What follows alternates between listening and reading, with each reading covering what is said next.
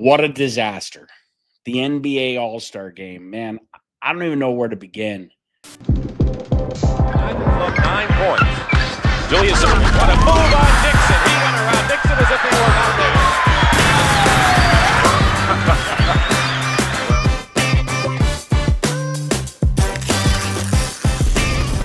I mean, we could look back at All-Star Friday and Saturday. And Saturday, I mean, the dunk contest ended up being good. But the NBA ought to pay McClung a max contract simply for saving that competition 3 years in a row.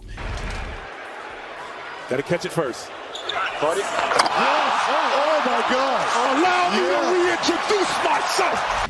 And the players, of course, we're going to go in, Giannis.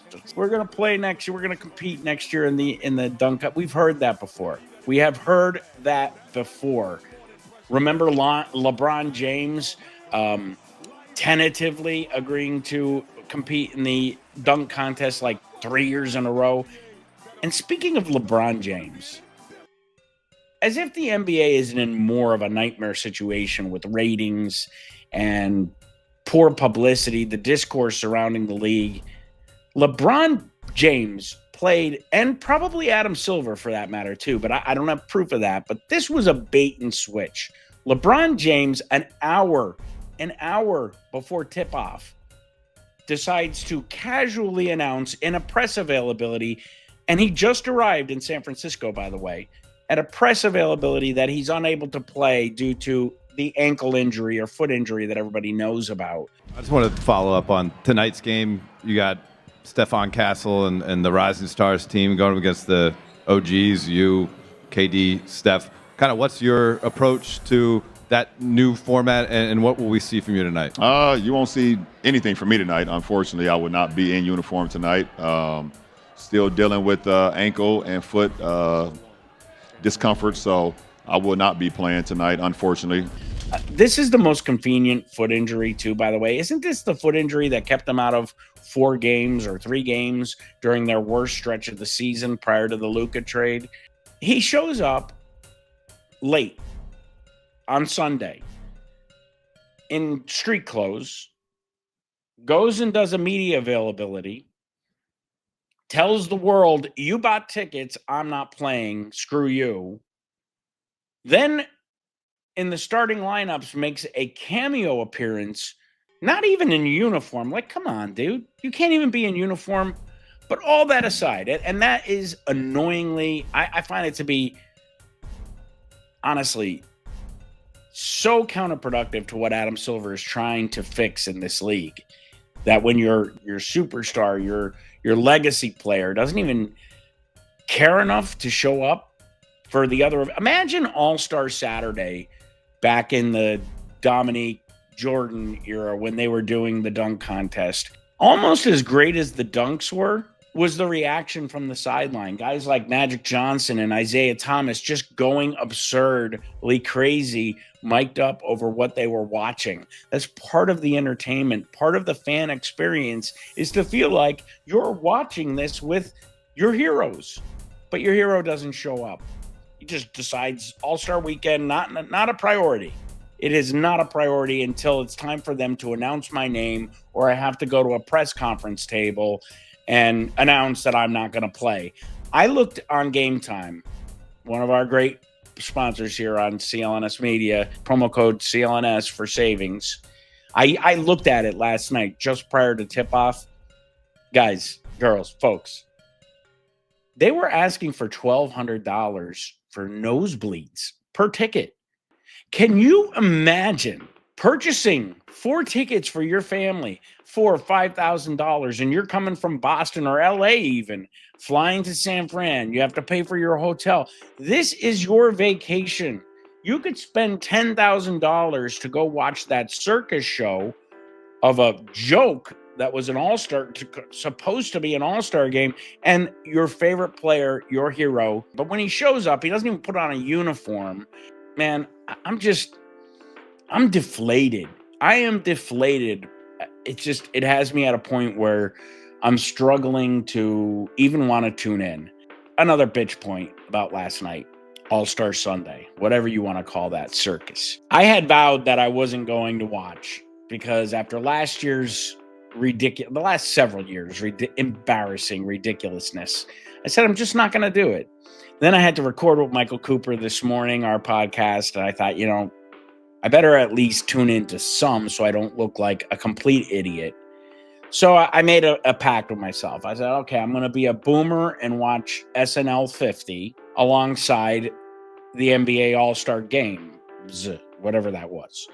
And I swear to you, and I just told Coop this on our show, both events started at 8 p.m. And I was using SNL's commercial breaks to try to trigger onto the NBA All-Star Games, whatever that was. For the first 90 minutes, so from 8 p.m. to 9:30, every time, and I'm not joking, every time SNL 50 had a commercial break, I'd zip on over to Turner every single time, and I'm not joking. Every time it was a commercial break. Every single time. Then I started to get so aggravated that I started to ruin a show that I was enjoying and laughing through, SNL, and just taking it upon myself to just check in to see if I could catch the NBA All-Star thing while it's not on a commercial break. It was so hard to do. If you're like me, life gets busy, but eating well shouldn't have to be so complicated. That's why I love Factor. These chef-made meals are dietitian approved, and they make it so easy to stay on track no matter what's on my schedule. They arrive fresh, they're never frozen, and they are fully prepared. Just heat, eat, and enjoy in 2 minutes. And the taste? Honestly, I was blown away. The flavors are amazing, and with 40 meal options across 8 dietary preferences, there's always something new to try. My go-to is the Protein Plus meals, but if you're into keto, calorie smart, or vegan, Factor's got you covered. And if you're looking to lose weight, a clinical trial found that keto Factor meals can help you shed up to 8 pounds in 8 weeks. They even have smoothies, breakfasts, and snacks to keep you fueled all day long. So if you're ready to eat smart and save time, get 50% off your first box plus free shipping. So if you're ready to eat smart and save time, get 50% off your first box plus free shipping. Just go to factormeals.com/boomertakes50off and use the code BOOMERTAKES50off. Trust me, this is one decision you won't regret taking from a boomer. I think I caught 3 actual, without having to go back today and watch, the highlights. I caught 3 live moments in San Francisco. 2 of them, one of them was Draymond bitching, which I'll get to that in a minute. I do agree with Draymond in part. The second was this bizarre, and I love inside the NBA. I'm all about giving them their flowers and their respect. But what was that? They just stopped in the middle of games and put on this 25-minute tribute show for inside the NBA, dressed them up in fishing outfits. It literally reminded me of, well, first of all, before I go there, the players seemed to be, Jaylen Brown told our Bobby Manning at CLNS that he had no idea that was even going to happen. It seemed to me like the players had no clue it was going to happen. Therefore, what are they doing? They're stretching. They're trying to stay warm because then they're going to have to go back in cold with no warm-up and play another game. You see KD stretching off the rim, guys on the sideline stretching. It was just so awkwardly a mess. I love inside the NBA, but it was so awkward, and the fans or the players literally looked pretty disingenuous in giving them their flowers because we know there's a lot of friction there. And then I ended up running into Draymond Green's comments. When you talk about chasing after the points records, Melo and Kobe and all these guys who've had great scoring nights, they don't get the opportunity to do that with this game. Also, we can watch some rising stars. Come on, what are we doing? This is ridiculous. Yeah, but you're talking about the scoring records that we've heard. Tatum leading all scores, 55 a few years ago. It's harder to catch now. They can't do that. They don't get to etch their name in the history books. It's the reason you get an all-star, Kobe Bryant all-star MVP award. Scale of 1 to 10, your thoughts of the format? 10 being the best. Yes. A 0 sucks. Same basketball. Prize Picks, the best place to get real money sports action. They've got over 10 million members and billions of dollars in award winnings. Prize Picks has made daily fantasy sports accessible to all. It's simple. You just pick more or less and at least 2 players for a shot to win up 1,000 times your cash. Run your game all season long on Prize Picks. All-Star Weekend is almost here, and Prize Picks is the best place to win cash while watching your favorite players during the game and the Saturday night events like the 3-point contest. Prize Picks also offers weekly promotions. I love this one, Taco Tuesday. I just like to say it, Taco Tuesday. It could lead to big payouts, like Taco Tuesday. Each Tuesday, Prize Picks discounts select player projections up to 25% to provide even more value for your lineups. Download the app today and use code CLNS to get $50 instantly after you play your first $5 lineup. Again, download that app today. Use code CLNS to get $50 instantly after you play your first $5 lineup. Prize Picks. Run your game. So I can't say I completely disagree with Draymond here. And that's a rarity. But it's hard for me to take a guy seriously who's part of the generation that destroyed All-Star Sunday, which is something that fans of my age absolutely adored. So it's hard really to kind of take him seriously. But what he said made sense. I mean, these guys, the players work their whole lives to get onto an all-star court. Why wouldn't they play hard when they got there? And then they're going to bring in rising stars and rookies and have them play in these games and make it gimmicky. It was just a mess. I'm sure Draymond got yanked off the Turner set by Adam Silver, who, by the way, flew the coop very early after the game, did not stick around, and also looked quite uncomfortable, even during the award ceremony. Like, I was trying to figure out, how do you figure out who the MVP is? Well, it ended up going to Steph, and I guess in looking at some of the crazy circus shots he put off, it fit the circus theme of this gimmicky weekend. Yeah, I mean, that's all I got. The NBA's got issues, man.